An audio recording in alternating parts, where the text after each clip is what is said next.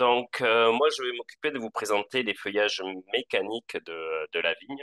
Donc, on va commencer par faire un rapide inventaire des machines disponibles au Québec et on va aborder rapidement quelques réglages qui peuvent être faits en fonction des stades phénologiques. Le, euh, Tout d'abord, on rencontre deux principaux types d'effeuilleuses au Québec.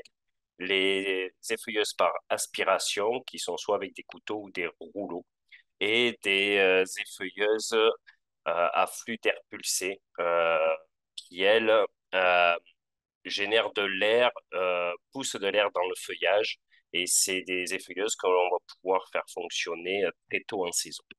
On a de nombreux distributeurs de tous ces matériels et les prix sont assez variés et des fois du simple au tri. On va commencer par les effeuilleuses par aspiration. Donc, je vous présente Ostratiki, distributeur Agriflex. À gauche, ici, vous avez une effeuilleuse, plutôt un vieux modèle. Je suis plus sûr qu'il s'en fabrique encore. On peut peut-être en trouver usagé. Le principe, l'aspiration est créée par une hélice avec un couteau à l'avant de l'hélice. Donc, ça aspire les feuilles et parfois les jeunes grappes. Donc, ça peut créer beaucoup de dégâts. Ce que l'on voit de plus en plus, c'est plutôt ce modèle à droite qui sont des effeuilleuses par rouleau. Il y a toujours une aspiration, mais à l'avant, vous avez deux rouleaux crantés qui permettent d'arracher les feuilles. Ici, nous avons la gamme Horizonti distribuée par ProduceTech. Même principe, toujours rouleau avec une aspiration et un- deux rouleaux qui vont dentelés qui vont arracher les feuilles montés sur un mât polyvalent permettant d'attacher plusieurs outils différents. On continue avec ADJM qui représente Clemens et j'ai vu sur leur site qu'ils faisaient aussi Rinieri, mais j'en ai pas encore vu au Québec. La particularité de ces effeuilleuses, comme vous pouvez voir sur celle de droite, ce sont des aspirations, mais avec un rouleau qui est troué où l'air va être aspiré par ce rouleau. Donc la feuille va venir se coller sur un des deux rouleaux. Donc ça permet vraiment de l'arracher de façon euh, de très bien l'arracher. Pardon. BMW, distribué aussi par Produce Tech, une particularité de cette effeuilleuse, elle est classée par aspiration à rouleau, mais l'aspiration sert uniquement à projeter les feuilles à l'avant de la machine, ce qui fait qu'il y a uniquement les rouleaux qui vont arracher la feuille, donc il n'y a pas de possibilité d'aspirer de grappe. Par contre, si le pétiole de la feuille est trop court, il y aura quand même des difficultés à l'arracher. Naotech, distribué par Vitis Import. Je n'ai pas encore vu fonctionner ces machines, mais elles semblent quand même assez intéressantes. Cette marque fait aussi bien des effeuilleuses par aspiration à rouleau ou des effeuilleuses à air pulsé. Maintenant, on va passer aux effeuilleuses à impulsion d'air. Donc, je vous présente en premier ProTechnique, qui est le créateur du système, qui a été repris par plusieurs marques et maintenant par l'ensemble des marques qui font des effeuilleuses. La plupart des autres marques en ont amélioré le design et les réglages, pardon. Le principe est un surpresseur qui va générer un important flux d'air à basse pression. J'insiste bien sur basse pression. La pression ne doit pas dépasser 1 bar au risque de briser le surpresseur. À côté de ça, au niveau de la tête des feuillages, vous avez des buses qui vont tourner et ceci va permettre de créer une certaine impulsion qui va déchiqueter les feuilles jusqu'au centre de la canopée. À ma connaissance, c'est le seul type d'effeuilleuse qui peut être utilisé sur toute la période des feuillages, c'est-à-dire de la floraison jusqu'à la veille de la récolte. Euh, D'ailleurs, le prochain distributeur Collard l'utilise en Champagne juste pour améliorer la vitesse de récolte, car ils n'ont pas droit d'effeuiller avant la récolte. Donc Collard est toujours distribué par l'Agnew Vineyard Equipment en Ontario. Euh, un peu plus dispendieuse que la Protechnie, mais souvent avec un design un peu plus amélioré et de nombreux réglages supplémentaires. Donc ça, on va en parler par la suite, mais c'est des effeuilleuses, ça, qui peuvent aller facilement jusqu'à 75 000 $ suivant ce que l'on veut. Un autre qu'on n'a pas encore vu, mais que je trouve très intéressant, qu'on verra peut-être un jour, et puis je pense que ce principe risque d'être repris par d'autres fabricants. Hero, qui à l'époque était distribué par AEW Equipment en Ontario. Je ne sais pas si ça existe encore et s'ils ont la possibilité d'avoir ce type d'effeuilleuse.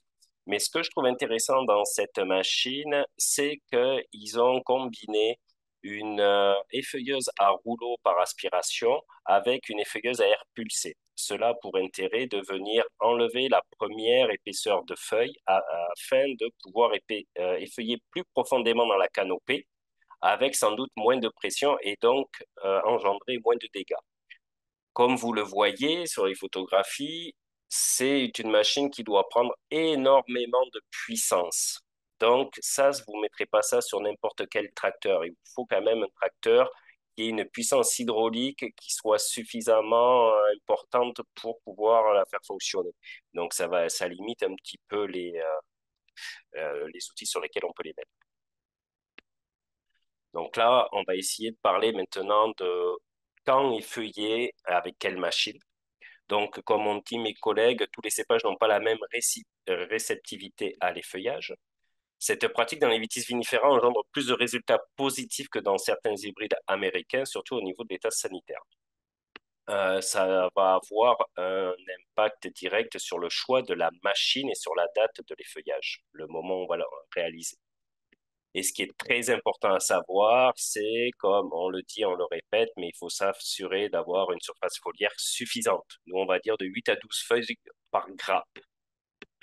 Et au niveau pratique, une petite particularité, c'est qu'on voit que tous les cépages ne sont pas aussi faciles à effeuiller les uns que les autres. Par exemple, vous apprenez le Gewürztraminer, on a une difficulté à l'effeuiller mécaniquement plus que le chardonnay. Donc, c'est à prendre en compte, ça. On va commencer par la première période, fin floraison, début nouaison. C'est vraiment début nouaison. Là, là aussi, je ne vais pas y revenir trop longtemps parce qu'on en a parlé, mais je voulais vous faire voir ce que ça représentait visuellement et concrètement dans le champ, en fonction des dates, d'avoir une surface foliaire adéquate. Sur ma photo à droite, là, vous voyez une photo prise le 14 juin 2021. Là, vous avez à peu près 1,50 m de surface foliaire avant effeuillage. 3 semaines plus tard, la photo, là, ici, par contre, est prise fin août, une fois que tout a été fait. Euh, mais déjà, 3 semaines après la première photo, on avait cette surface foliaire qui était complète à plus de 2 mètres de haut. Donc, ça laisse quand même, malgré qu'il y ait eu un effeuillage des deux côtés, une quantité de feuilles qui est quand même assez conséquente. L'intérêt donc des feuillets à la noison, c'est pour éviter ces petites choses-là. Vous voyez, ça, ce sont des photos de chardonnay. Le but est vraiment de venir nettoyer la grappe. Euh, de ma connaissance, seules les effeuilleuses à air pulsé arrivent à bien venir nettoyer, à enlever toutes ces étamines pour pas qu'on ait ce problème de pourriture. Par contre, il faut travailler sur le réglage. Vraiment avoir un effeuillage modéré, ne pas vouloir enlever trop de feuilles. Ça, on vise un 50%, comme a dit Isabelle plus tôt. Enlever 50% des feuilles, c'est à peu près voir à travers la canopée. On n'est pas obligé d'aller beaucoup plus intensément que ça. De toute façon, votre vigne va compenser et vous devrez refaire un autre effeuillage 3 semaines après. Donc, allez-y un peu plus mollo, vous ferez moins de blessures et les, les intérêts aussi bien sanitaires qu'organoleptiques seront quand même au rendez-vous. On veut certainement pas en arriver à cette chose-là, où on voit que l'effeuillage a été un petit peu trop intense, donc on a fait tomber des baies, et là, c'est sûr que votre baie va avoir un certain espace, elle va être bien aérée et tout, mais vous allez quand même perdre pas mal de récoltes. Donc ça, il faut vraiment faire attention à ça. Donc, vu qu'on est à la période nouaison, on va parler des feuillages à air pulsé. Si j'ai pris en photo, comme photo, les feuilleuses scolaires, c'est pas parce que c'est français ou que j'ai des actions dedans, loin de là, c'est que c'est parce que je trouve que c'est celle qui présente le plus de possibilités de réglage. Tout d'abord, un réglage de sécurité ici qu'on va voir, le mât peut se déplacer si vous rentrez en opposition avec quoi que ce soit. Souvent, c'est un poteau, donc ça va vous éviter de plier un bras ou autre. Il y a quand même beaucoup de sécurité. J'ai entouré ici aussi des petites noix qui permettent d'orienter la tête de l'effeuilleuse. Donc, ça vous permet d'avoir un flux d'air qui va être moins direct sur la zone des grappes, donc diminuer aussi le risque de blessure. À gauche, je vais vous parler d'autre chose, qui est la pression d'utilisation. Donc ça, il faut savoir que ces machines-là fonctionnent avec un surpresseur qui est alimenté par le PTO du tracteur. Donc, ça demande un certain régime d'opération, surtout pour le tracteur.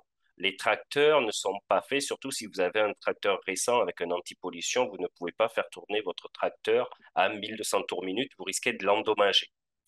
Donc, vous êtes obligé d'avoir un régime moteur qui va être minimum, par exemple, je prends des chiffres aléatoires, mais à autour de 1500 tours minute. Par contre, ça va vous créer une pression d'utilisation sans doute autour de 0,9 bar. Mais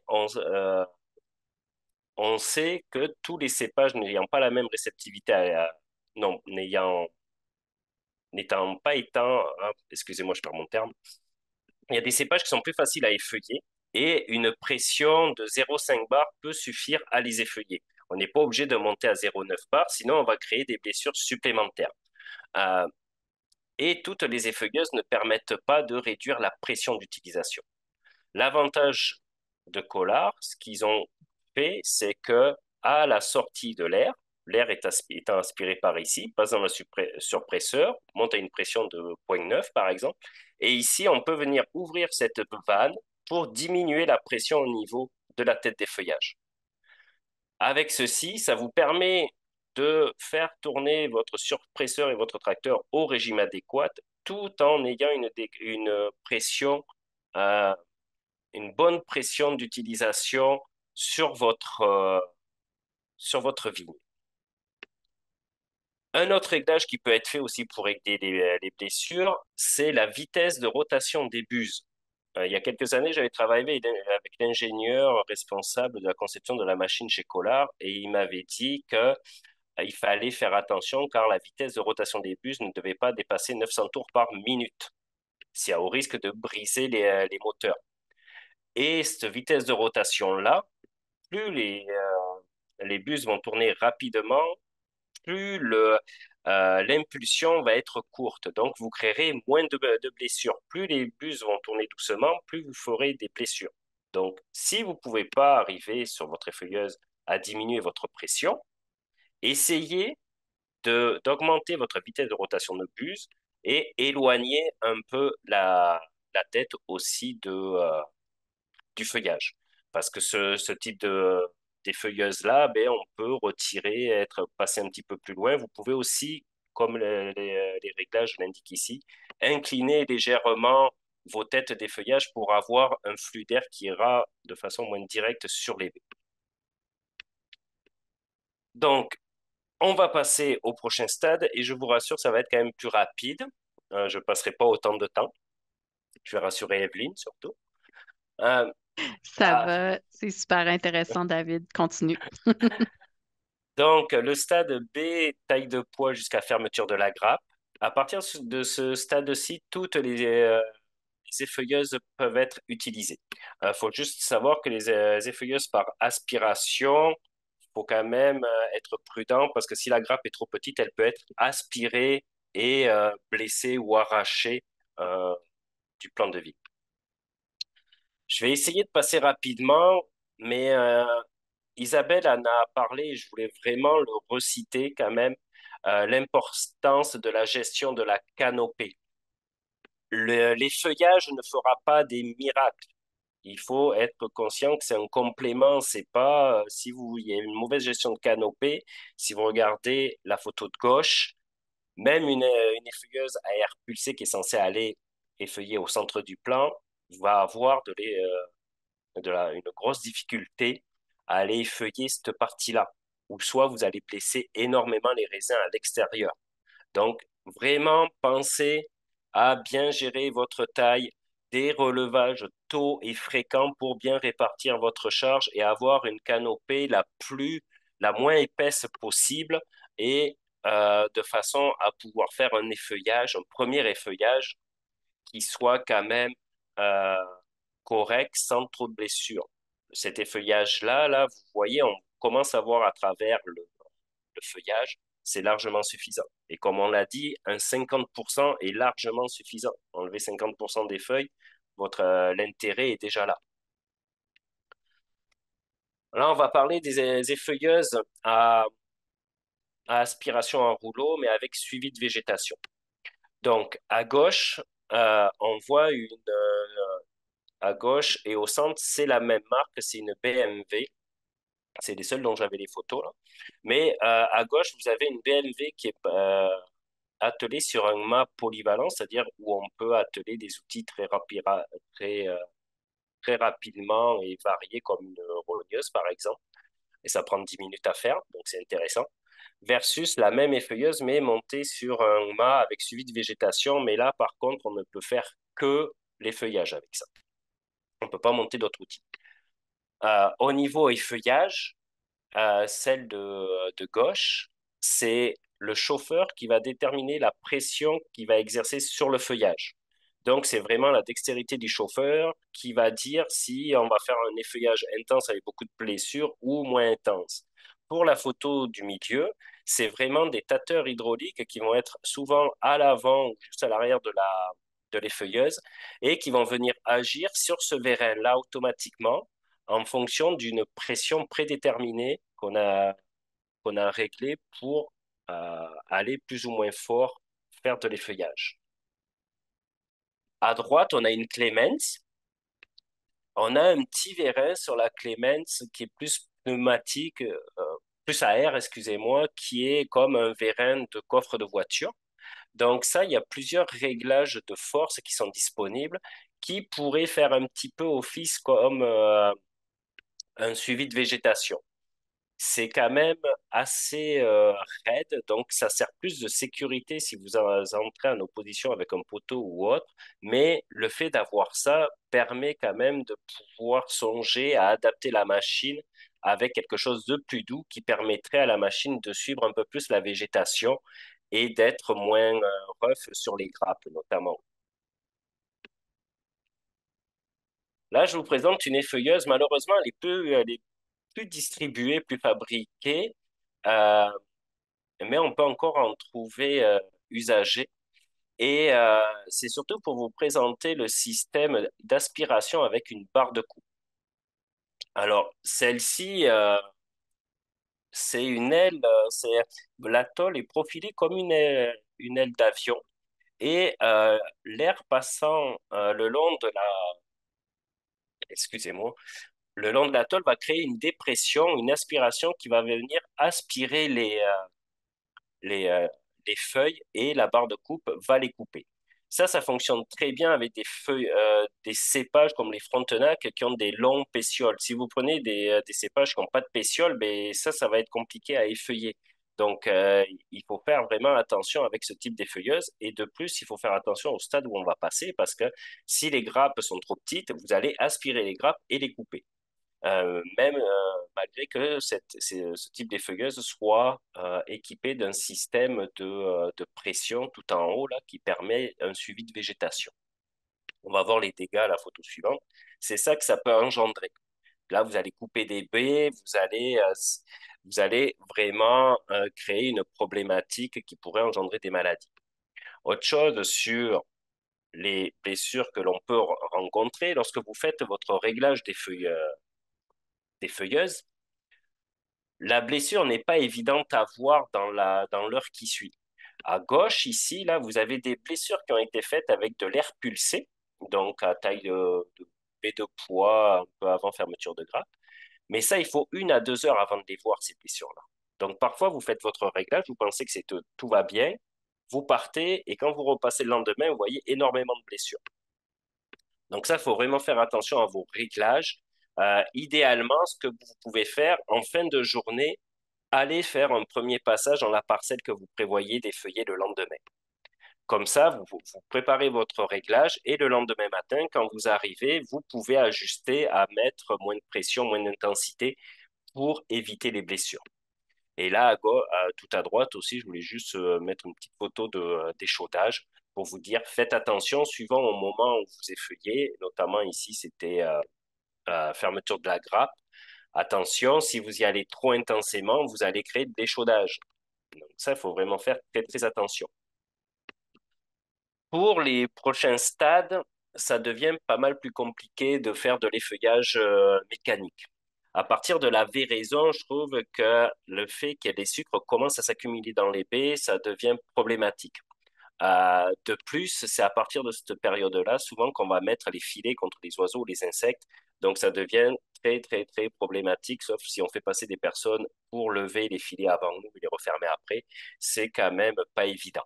Donc, il faut vraiment peser le pour et le contre.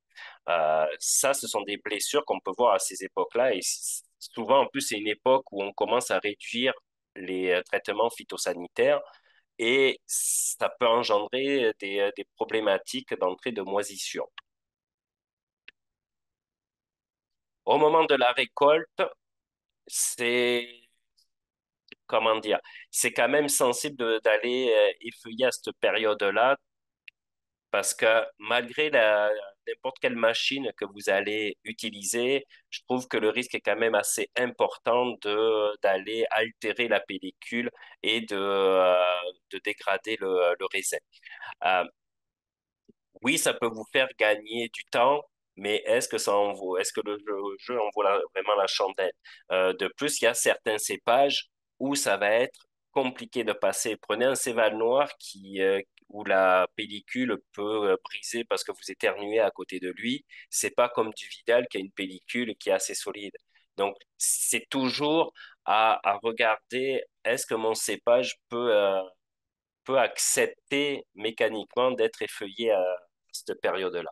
Donc, je la trouve assez compliquée, cette période, et en raison de plus, on a encore les filets à cette époque.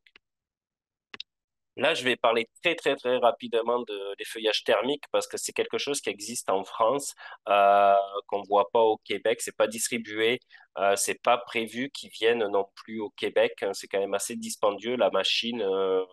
Les deux machines que je vais vous montrer, qui sont soit la Jolan du sud de la France ou la Souslifcock de la région bordelaise, c'est des machines qui coûtent 25 000 euros en France minimum.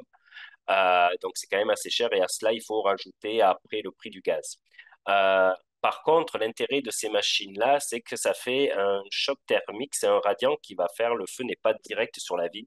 C'est un radiant qui va engendrer un choc thermique qui va faire que la feuille de vigne va sécher sur au moins 2 semaines. Donc l'intérêt, c'est que ça va causer très très peu de blessures et le raisin va avoir le temps de s'acclimater petit à petit à la chaleur. Par contre, esthétiquement, des fois, c'est pas très très aimé.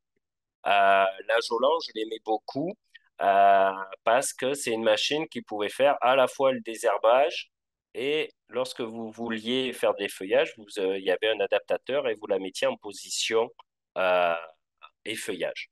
Malheureusement, on les avait contactés pour voir si on pouvait faire affaire avec eux.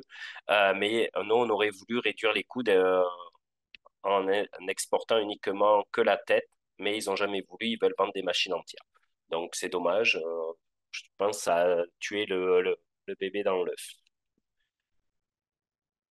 Donc en conclusion, je vous ai mis ce tableau pour vraiment faire une petite synthèse rapide. Quelle machine utiliser à quelle période? Et surtout les intérêts de savoir l'intérêt de la machine à cette période-là, pour la bonne raison, c'est que en fonction du cépage et de la période où vous allez vouloir le faire, vous n'aurez pas forcément besoin de la même machine et ça ne sera pas forcément le même prix. Parce qu'au bout du compte, quand même, il y a une question de budget, de savoir combien coûte la machine. Donc, dans votre choix des feuilleuses, je pense que c'est quand même assez important. Euh, J'en ai fini. Je sais que j'ai été rapide, que j'ai pas parlé de tout, mais vous avez les deux vidéos qui sont disponibles sur le crack au niveau de l'effeuillage où tout est détaillé et je reste à votre disposition si vous avez des questions. Je vous remercie.